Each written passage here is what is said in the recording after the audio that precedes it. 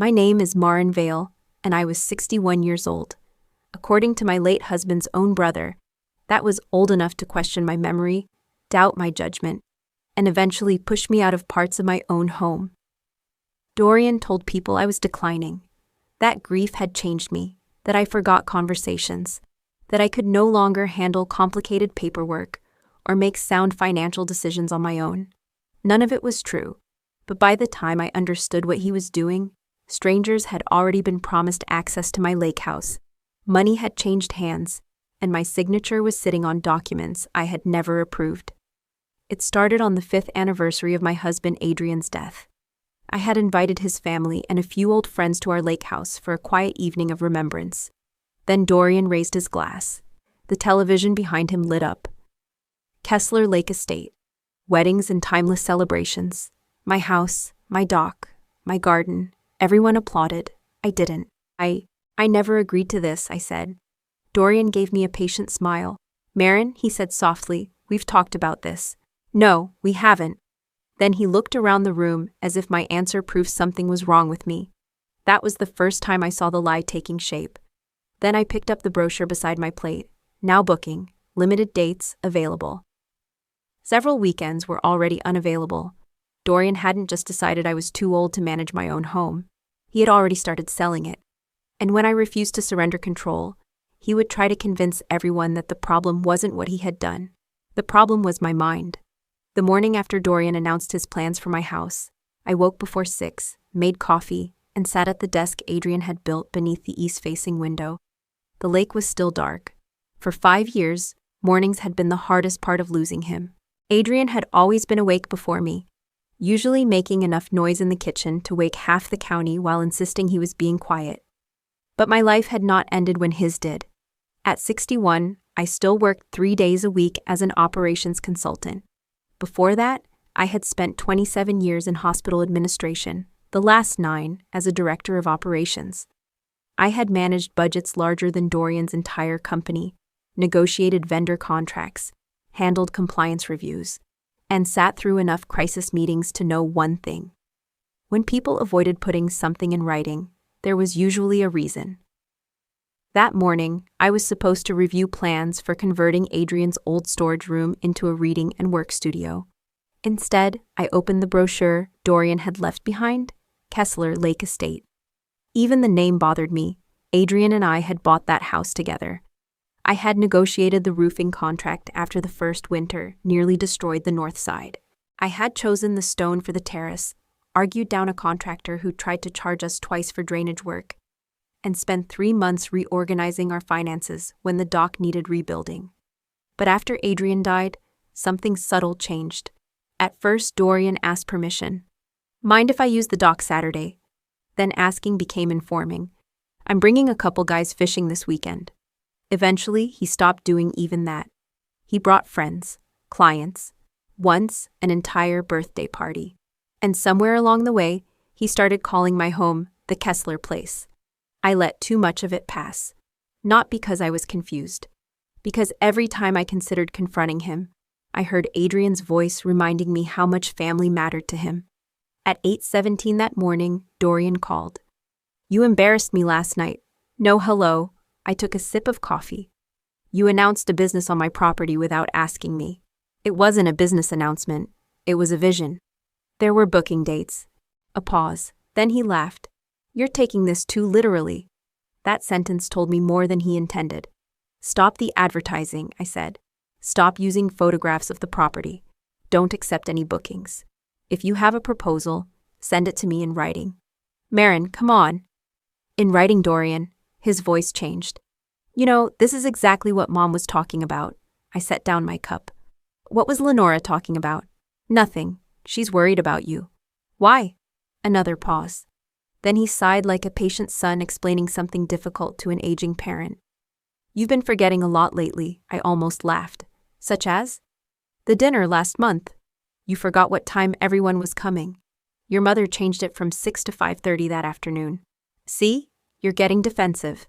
There it was, a small thing, almost harmless if you weren't listening carefully. He wasn't discussing the wedding venue anymore.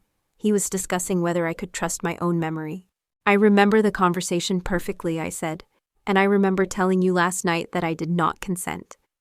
Maren, nobody is trying to take anything from you. Good. Then you'll have no problem confirming everything by email. He ignored that. Instead, he told me grief could make people rigid. He said I had been alone too long. He said the house needed life again. I looked through the window at sunlight beginning to move across the lake. My house has a life, I said. Mine. Then I ended the call. 10 minutes later, Dorian called again. I let it ring. Then Sloane called. I ignored her too. Neither of them emailed. By noon, I had written my own message. I stated clearly that I had not authorized Kessler Lake Estate, had not approved commercial use of the property, and expected all marketing and booking activity to stop immediately. I requested copies of any materials containing my name or images of my property. Then I pressed send. At 12:43, my phone rang. The woman introduced herself as Celeste Rowan. Mrs. Vale, I'm sorry to bother you. I'm coordinating equipment delivery for the new wedding property. I stood slowly. What equipment? There was silence on the other end. Tables, staging, lighting. Dorian said the side building would be available for storage. He said that? Yes. I walked toward the window. Celeste, what exactly did Dorian tell you my role was? She hesitated. I may have misunderstood. Please tell me. Another pause. Then she said the words that changed the entire shape of the problem. He described you as the silent owner. I gripped the phone tighter, not the owner who had refused, not the widow who hadn't been consulted, the silent owner. Somewhere outside my home, Dorian had already created another version of me. A cooperative older woman standing quietly behind his business, while he spoke on my behalf. And Celeste was not calling to ask whether the project existed. She was calling to ask when she could deliver the equipment. Celeste did not sound like someone trying to deceive me. That mattered. People who know they're participating in a lie usually become defensive when you ask simple questions. Celeste became confused. Mrs. Vale, I was told you were aware of all this. I became aware of it last night. The silence that followed was different. I think I should send you what I have, she said. Please do. Within 15 minutes, an email arrived with 4 attachments. A glossy brochure, a vendor information packet, a preliminary site plan, and something labeled property approval. I opened the brochure first. My home had been photographed from angles I didn't recognize. The terrace appeared at sunset beneath strings of digital lights. White chairs had been added to the lawn. The dock was described as an exclusive waterfront ceremony location. Then I saw my name. Maren Vale, property ownership. Below it, Dorian was listed as managing director. Sloane was director of brand and guest experience. I called Dorian. He answered immediately. What did you tell Celeste Rowan? He exhaled. Jesus, Maren, she's a vendor. She thinks I'm involved in your business. You own the property. Technically, you are involved. No. Ownership does not make me your business partner. You're twisting words. Did you tell her I was the silent owner? He didn't answer. I looked at the documents on my screen. Send me an email confirming there are no bookings, no deposits, and no signed vendor agreements.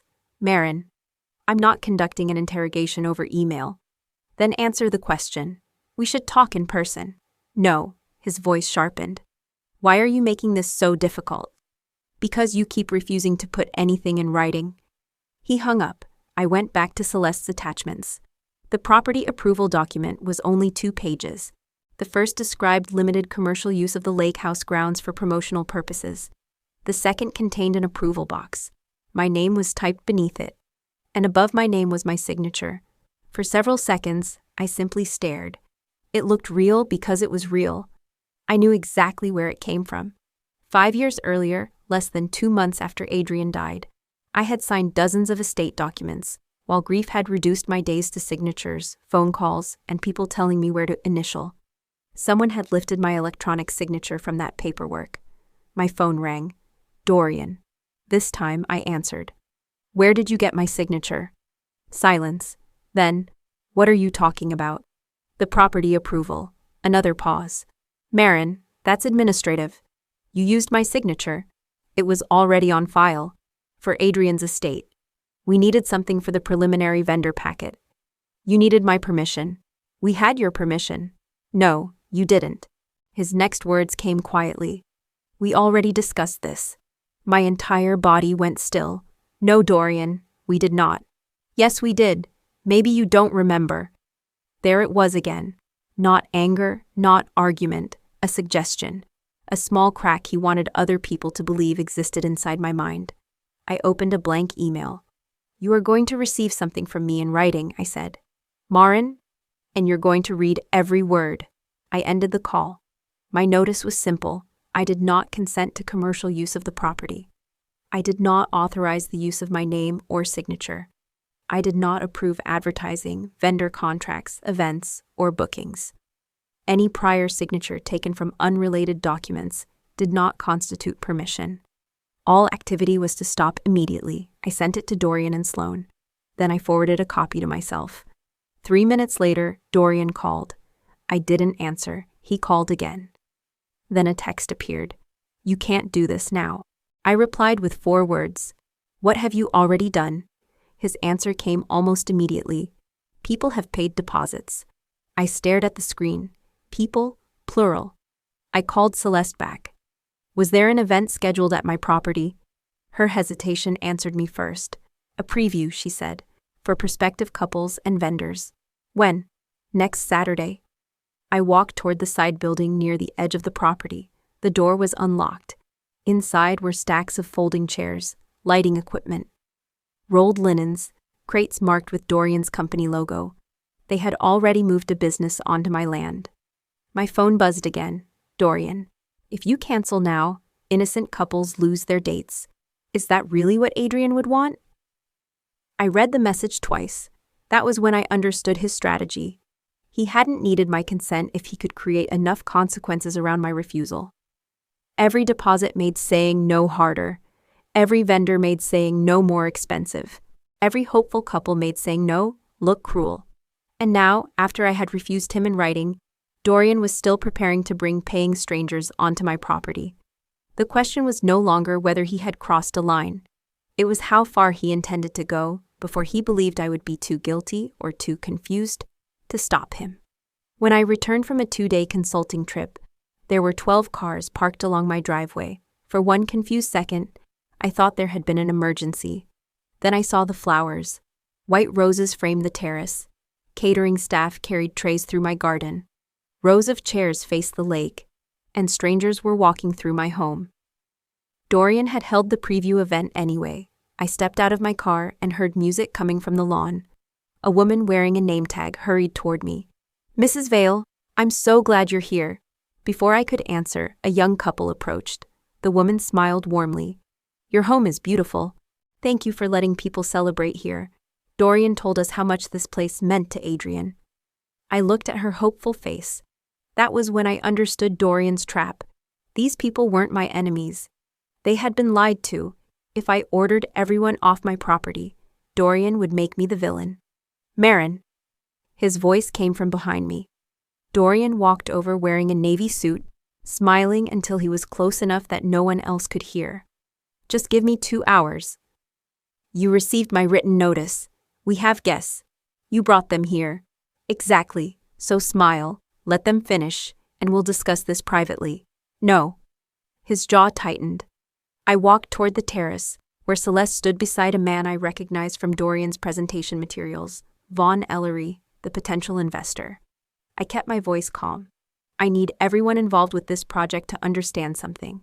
I own this property, and I have never authorized its commercial use. Celeste's face changed. Vaughn looked directly at Dorian. Dorian gave a tired little laugh. Maren, we talked about this several times. No, we didn't. His expression softened instantly, too instantly. We don't need to do this here. The way he said it made my skin crawl. Not like a businessman caught lying, like a concerned relative protecting an older woman from embarrassing herself. Several people nearby had gone quiet. I remember every conversation we've had about this property, I said. Dorian stepped closer. You've been under a lot of stress since Adrian died. You live alone in a house this size, he continued. What are you protecting? You're sitting here waiting to die while a beautiful property becomes a mausoleum. The words hit harder than I expected. For 5 years, I had fought to build a life after Adrian. Dorian had reduced that life to waiting for death. I could have ended the event immediately. Part of me wanted to. Instead, I looked at the couples standing beneath the flowers and made a decision. "You may finish today's preview," I said, "because the people invited here were misled, and I won't punish them for that." Dorian smiled. "Too soon." "But hear me clearly," I continued. "No wedding, event, or commercial booking has my approval. Anyone who paid money should request written proof that Dorian has the legal authority to use this property." The smile disappeared. Vaughn turned toward him. Celeste lowered her clipboard. For the first time that afternoon, the pressure shifted. I walked back toward the house. As I reached the terrace doors, I heard voices around the corner. Dorian and Sloane. "She'll cave," Dorian muttered. "Once enough people are depending on this, she won't have a choice." Neither of them noticed Tessa standing near the hallway, but I did. Our eyes met. She had heard him. And judging by the look on her face, my sister-in-law was beginning to understand something I already knew. Dorian wasn't trying to convince me anymore. He was building a situation where my consent wouldn't matter. And if making me look cruel wasn't enough to take control of my house, I was beginning to wonder what he would try next. 3 days after the preview event, I discovered I no longer had a key to part of my own property. The side building had always been Adrian's workshop. After he died, I used it for storage while deciding what to do with the space. Now there was a new lock on the door. I tried my key twice. Nothing. I called Dorian. "You changed the lock." "It's temporary. On my building? We have company equipment in there. Insurance requires controlled access." "Your company equipment shouldn't be on my property," he sighed. "Maren, we've been through this." I almost answered. Then I stopped. That phrase again. "We've been through this. We discussed this." "You don't remember." Dorian wasn't arguing with my decisions. He was rewriting whether I had made them. "I want the key," I said. "We'll talk when you've calmed down." He hung up. That afternoon, Sloane posted the preview video. I watched it alone at my kitchen table. Soft piano music played over images of Adrian, the lake, and couples walking through my garden. Then came Dorian's voice. He spoke about preserving his brother's legacy and bringing life back to a home that had been frozen in grief. There was footage of me standing on the terrace. The clip ended before I told everyone I had never consented. To anyone watching, I looked like part of the event. Lenora called that evening. "You need to stop fighting Dorian. Your son changed a lock on my property. He's trying to help." "No, he's trying to take control." Her voice softened. "Maren, you've changed since Adrian died." I closed my eyes. "Of course I've changed. My husband died." "That's not what I mean." She suggested I let Dorian handle the paperwork for a while. "You shouldn't have to manage everything at your age." At my age, I was 61. I still advised hospital executives who called me when their operations were falling apart. Yet somehow, inside Adrian's family, I had become an elderly widow who couldn't be trusted with a calendar. The next morning, Tessa came by. She wouldn't quite look at me. "Dorian is wrong," she said. "Then tell him." She hesitated. "Maren, there are couples involved now? Deposits, contracts. Maybe let the existing bookings happen, then shut it down." I stared at her. "You know I never agreed." "Yes, but you still want me to surrender because correcting the lie would be uncomfortable." Her face fell. "I'm trying to keep the family together." "No, Tessa. You're asking me to absorb the damage so everyone else can stay comfortable." She left without answering. That was my lowest moment. Not Dorian's insults. Not Sloane's video. It was realizing that even people who knew the truth preferred my surrender to conflict. Then, that afternoon, a man I had never met called me. He introduced himself as an attorney representing an interested family party. His questions were careful. Had I recently experienced memory problems? Was I still personally managing my finances? Did anyone assist me with trust decisions? Had my physician ever expressed concerns about my cognitive health? I felt something cold move through me. "Why are you asking me this?" He paused. "There have been questions regarding whether additional financial oversight may be appropriate." I ended the call, then I sat perfectly still. Dorian asking whether I remembered conversations, Sloane filming moments when I repeated a question, Lenora telling me to surrender the paperwork. The claims that grief had changed me, the lawyer. Suddenly, I could see the entire structure. If Dorian couldn't pressure me into signing over commercial rights, he intended to make people question whether my signature, or my refusal, should matter at all. That frightened me more than losing the house. He was trying to take ownership of reality itself. I went upstairs and opened the cedar box where Adrian and I had stored our estate documents. For the next 4 hours, I read property records, financial statements, old contracts, emails. Then I found the trust. I read one section twice, then a third time. While I was alive, I retained exclusive rights to use and control the lake house. Commercial exploitation required my direct, specific authorization, not an old electronic signature, not family approval. Mine. Then I found another provision.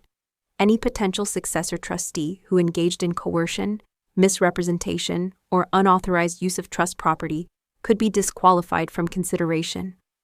I leaned back in Adrian's old chair. For days, Dorian had been telling everyone I was losing my ability to understand paperwork. That was his mistake, because paperwork was exactly where I had spent most of my professional life. And somewhere inside the documents, Dorian assumed I was too old to understand was the first real weapon I had found against him. For the next week, I stopped arguing with Dorian. He mistook my silence for surrender. That was exactly what I wanted. While I organized trust documents and saved every message, Dorian moved faster. Kessler Lake Estate announced its official launch. Sloan posted photographs from the preview event, carefully cropped so no one could see the moment I challenged them. The captions called the property Adrian Kessler's legacy. Within days, Dorian was telling people several weekends were fully booked. Von Ellery was reportedly considering an investment. The local business association shared one of Sloan's videos with a caption praising a family for turning grief into opportunity. Then Sloan posted the video that nearly broke my restraint. She stood on my terrace with the lake behind her. "We're incredibly grateful to Maren," she said into the camera, "for trusting us to carry Adrian's legacy forward for the next generation." I watched it twice. She was thanking me publicly for something I had explicitly refused. The comments were worse. People called me generous, brave, selfless. One woman wrote that Adrian would be proud of me. Every compliment tightened the trap. If I spoke now, I wouldn't simply be stopping Dorian. I would be the bitter widow taking back a gift. The next morning, Celeste forwarded me an email Dorian had sent to several vendors. "Maren has been struggling since Adrian's passing. We appreciate everyone's patience as we help her adjust to this transition." I read that sentence until anger became something colder. He had created the problem. Now he was using my resistance as evidence that something was wrong with me. Then Lenora appeared in another promotional video. She sat beside a photograph of Adrian. "My son believed family should always come first," she said. "He would want this beautiful place shared with the people he loved." I closed my laptop. For 5 years, I had protected my relationship with Adrian's family because I thought preserving those connections was another way of preserving him. Now his name was being used against me. That evening, Tessa came to see me. "You need to think about how this looks," she said. I almost laughed. "How it looks?" "People think you agreed." "Because Dorian told them I did." "I know, but if you shut everything down now, there will be couples who lose their wedding venue. So I should give him my house because his lie became successful." "I'm not saying that." "You are. You're just saying it more politely." Tessa looked away. For a moment, neither of us spoke. Then she whispered, "I don't want to lose my family." I understood her fear, but I was finally beginning to understand the price of protecting peace. Someone always paid for it. In our family, that person had become me. "I won't ask you to choose sides," I told her, "but I won't sacrifice myself so you don't have to feel uncomfortable." She left with tears in her eyes. 2 nights later, Dorian held a private dinner with Sloan and several people involved in the launch. Tessa was there. I learned what happened only later. According to her, Dorian was celebrating. He believed I had gone quiet because the pressure was working. Sloan asked what would happen if I still refused to sign the commercial authorization. Dorian laughed. "She'll cave when she sees how many people are depending on us." "And if she doesn't?" Sloan asked. There was a pause. Then Dorian said something that finally frightened Tessa more than family conflict did. "If she won't sign willingly, there are other ways to get someone appointed. He talked about my age, my grief, the lawyer. He said once enough people questioned whether I could manage complicated financial decisions, my objections would stop carrying the same weight. Then he said, Maren doesn't need to understand the whole process. She just needs to stop standing in the way. Tessa sat across from her brother and said nothing, but beneath the table she reached for her phone and pressed record. Dorian had never looked more successful. His venue had customers. His marketing was spreading. Investors were interested. The community believed he was honoring his dead brother, and the woman who owned the property appeared to have stopped fighting. It was his perfect victory. He just didn't know that while he was celebrating my silence, I was building a paper trail. And his own sister had just captured the one thing I couldn't create with documents alone: his voice. Tessa came to my house the following morning. She looked as if she hadn't slept. I need you to hear something. She placed her phone on my kitchen table. Then she pressed play. At first I heard glasses clinking and Dorian laughing. Then Sloane asked what would happen if I refused to sign. My brother-in-law's voice came through clearly. She'll cave when she sees how many people are depending on us. A few seconds later came the sentence that changed Tessa's mind. If she won't sign willingly, there are other ways to get someone appointed. I listened without interrupting. When the recording ended, Tessa was crying. I should have stopped this sooner. Yes, I said. She flinched. I reached across the table. But you can help stop it now. Tessa nodded. Then she told me something I had needed to hear for 5 years. Adrian loved you, Maren. That house wasn't some Kessler inheritance you stole by surviving him. You built that life together. For the first time since this began, someone inside Adrian's family had said the truth without asking me to surrender something afterward. That afternoon, I contacted Hollis Crane about the trust. 2 days later, Dorian received formal notice that his company had no authorization to store equipment on the property. The lock on the side building was removed. I stood there as workers carried out lighting rigs, folding chairs, linens, and crates. Dorian arrived halfway through. You're making a huge mistake. I held up the new key. No, I'm correcting yours. It was a small victory, but when I unlocked that door myself, something shifted. I had physical control of my property again. Now I needed control of the story. I returned to the same skill that had carried me through decades of hospital crises. I built a timeline. The night Dorian announced the venue, my first verbal refusal. My written notice, the date my old signature appeared. The date's deposits were accepted. The preview event. The moment Dorian claimed we'd discuss the project. The call from the lawyer asking about my cognitive health. Sloane's videos. Lenora's comments. Everything went into one chronological file. Beside it, I assembled years of records showing who I actually was. Contracts I had negotiated. Trust documents I had managed. Property expenses I had approved. Consulting invoices from current clients. Banking records, emails, calendars. Not because I needed to prove I had a perfect memory. Nobody does.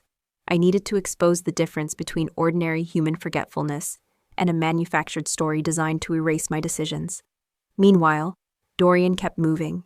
Celeste told me he was pressuring vendors to finalize agreements before the official launch. Vaughn wanted proof that Dorian had legal authority to operate the venue before investing. Dorian needed momentum.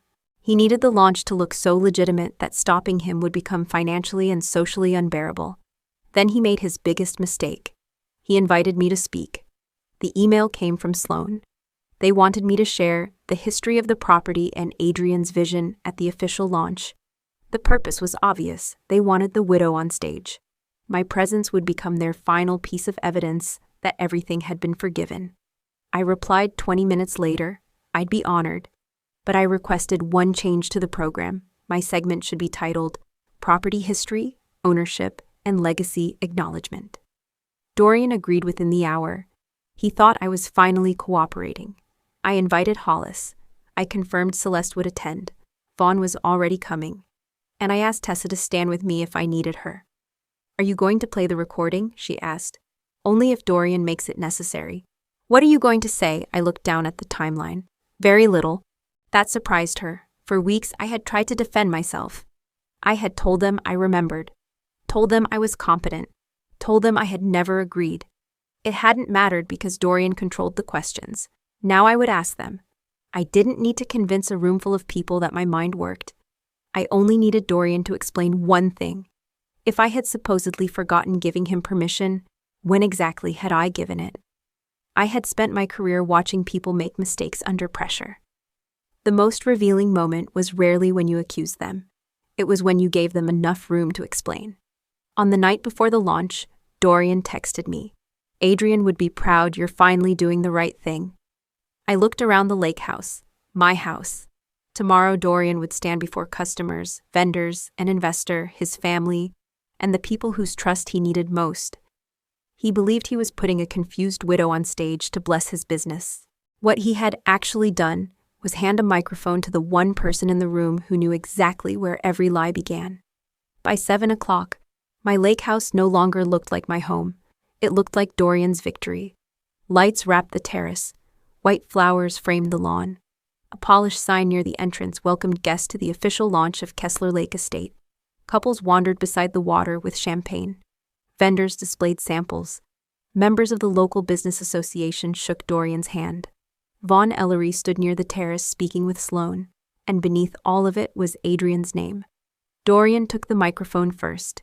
He spoke about his brother's love of family. He spoke about legacy and preserving beautiful places for future generations. Then he introduced me, the woman who has protected Adrian's memory for the last 5 years. Applause followed me to the microphone. I looked at the crowd, then at Dorian. I'd like to begin with the history of this property. His smile widened. I explained that Adrian and I had purchased the lake house together. We renovated it together. We paid for it together. And before Adrian died, we established clear protections governing its future. Dorian's smile faded slightly. I continued. Since tonight's program includes ownership and legacy acknowledgement, I think we should clarify one small detail. I turned toward him. Dorian, on what date did I give you permission to operate a commercial wedding venue here? The room quieted. He laughed. Maren, we've discussed this more than once. I know that's what you've been telling people, I said. His expression changed. So when? He hesitated. Last November. I opened the folder in front of me. I spent most of November in Chicago consulting on a hospital restructuring project. Here are my invoices, hotel records, and travel schedule. A murmur moved through the crowd. Dorian frowned. I didn't mean November exactly. Then when? He gave another date. I checked my timeline. That week I was here, but you were in Florida. Sloane posted photographs from your trip. Someone laughed nervously. Dorian's face reddened. I asked the question slowly. Which conversation did I forget, Dorian? He said nothing. I placed my written refusal on the table beside the microphone. This was sent before the preview event. Then I displayed the property approval document. And this is the signature used to suggest I consented. Hollis stepped forward. He explained that the signature had originated from older estate paperwork and did not constitute authorization for commercial use. I looked at Dorian. Did you use my old signature? It was an administrative shortcut. The room changed, not dramatically, just enough. People stopped looking at me. They started looking at him. Celeste spoke next. She confirmed that Dorian had described me as the silent owner. She had never received direct authorization from me. Then I showed the dates of the deposits. Several had been accepted after my written refusal. Vaughn crossed his arms. You told me ownership approval was resolved. It was being resolved, Dorian snapped. No, I said. It was being ignored. Sloane stepped forward. Maren, this isn't necessary. We're all concerned about you. There it was, their final shield. Concern. I turned back to Dorian. Did you contact an attorney about having someone assist with the management of my finances? He stiffened. I was worried about you. Because I was confused. Or because I said no. Nobody moved. Dorian looked around the terrace. For the first time, he seemed to understand that the room was no longer his. Tessa stepped forward. I heard him say Maren would cave. Dorian stared at his sister. Tessa. She didn't stop. He said if she wouldn't sign willingly, there were other ways to get someone appointed. Dorian's face went white. Tessa held up her phone. I recorded it. That was when he lost control. Do you people understand what we're talking about? He shouted. She's 61 years old, living alone in a property this size. I didn't interrupt. He kept going. She doesn't need all of this. She barely uses half the house. Adrian built something that should stay with his family. I was Adrian's family. You married into this family, the words echoed across the terrace. Dorian pointed toward the house. You only control that property because Adrian died first. Eventually, it should come back to the Kesslers anyway. There it was. Not concern, not grief, not my memory. Ownership. Hollis stepped beside me. The trust does not say that. He read the relevant provisions aloud. I retained exclusive control during my lifetime. Commercial use required my direct authorization, and coercion, misrepresentation, or unauthorized exploitation of trust property could disqualify a potential successor trustee. Dorian stared at him. What are you saying? I'm saying your conduct has removed you from consideration as successor trustee. The consequences came quickly after that. Vaughn withdrew his investment. Celeste suspended all vendor work. Without documented property authorization, the venue's insurance position collapsed. The bookings could not legally proceed as advertised. Dorian looked at me. You did this. No, I stepped closer. You accepted deposits after I said no. You used my signature. You brought strangers onto my property. And when I refused to surrender, you tried to make people question whether I was mentally capable of refusing. His face twisted.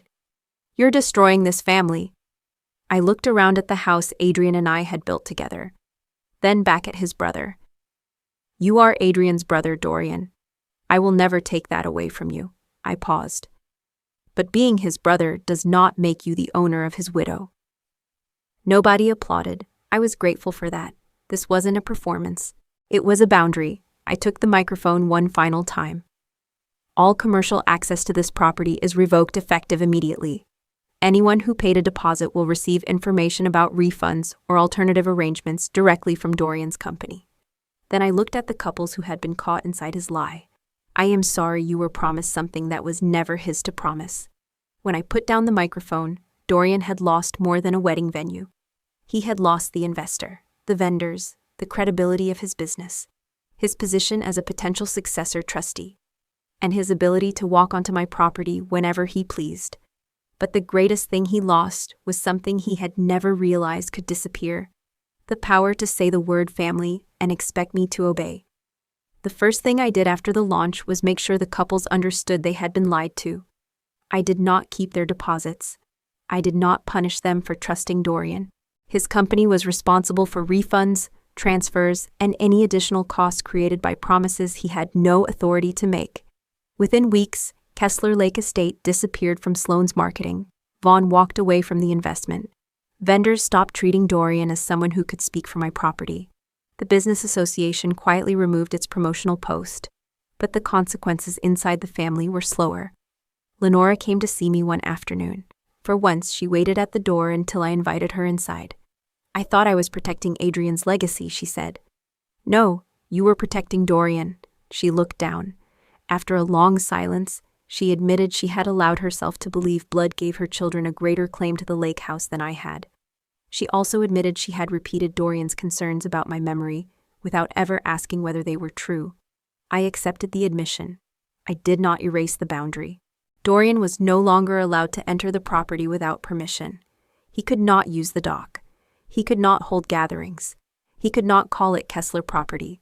Most importantly, he could never represent me to anyone again. If he wanted access to my life, he had to ask. Tessa did. She kept visiting. Our relationship changed because she finally understood that silence does not preserve peace. It simply decides who has to suffer quietly. That winter, I finished the studio Adrian and I had once discussed. I filled one wall with books. I placed my desk beside the window overlooking the lake. The house Dorian called too large for my life became full again. Not with paying strangers, with my choices. A few months later, Lenora forgot the date of a family dinner. Nobody questioned her competence. Nobody suggested taking control of her finances. Nobody filmed her confusion and turned it into evidence. Watching that ordinary moment, I finally understood something. I had never needed to prove that my memory was perfect. I only needed people to respect that one forgotten appointment did not erase my right to control my own life. On the 6th anniversary of Adrian's death, I held another gathering at the lake house. There was no logo, no brochure, no investor. Just photographs, food, old stories, and the people I had chosen to invite. Near sunset, one of Adrian's nieces approached me. She wanted to use the dock for a small family celebration later that summer. For a moment, I waited for the familiar announcement. Instead, she asked me a question. "Maren, would that be okay with you?" I looked toward the water. Then I smiled. "Yes," I said. "It would." The answer mattered, but the question mattered more. For years, Dorian believed my age made my future less important than his plans. He believed grief made me weak. He believed being Adrian's brother gave him authority over the woman Adrian had married. And when I said no, he tried to turn my refusal into evidence that something was wrong with my mind. He was wrong about all of it. Age does not erase consent. Grief does not erase competence. Blood does not erase ownership. And forgetting something does not give another person permission to take control of your life. I kept the lake house. I kept Adrian's memory. But most importantly, I kept the right to decide what happened next. Because family should never require you to surrender your voice, just to prove your love. And sometimes the most powerful change in a family begins with one simple question. May I? If this story stayed with you, tell me in the comments. What would you have done in my place? And if you believe respect begins with asking, not assuming, subscribe and join me for the next story.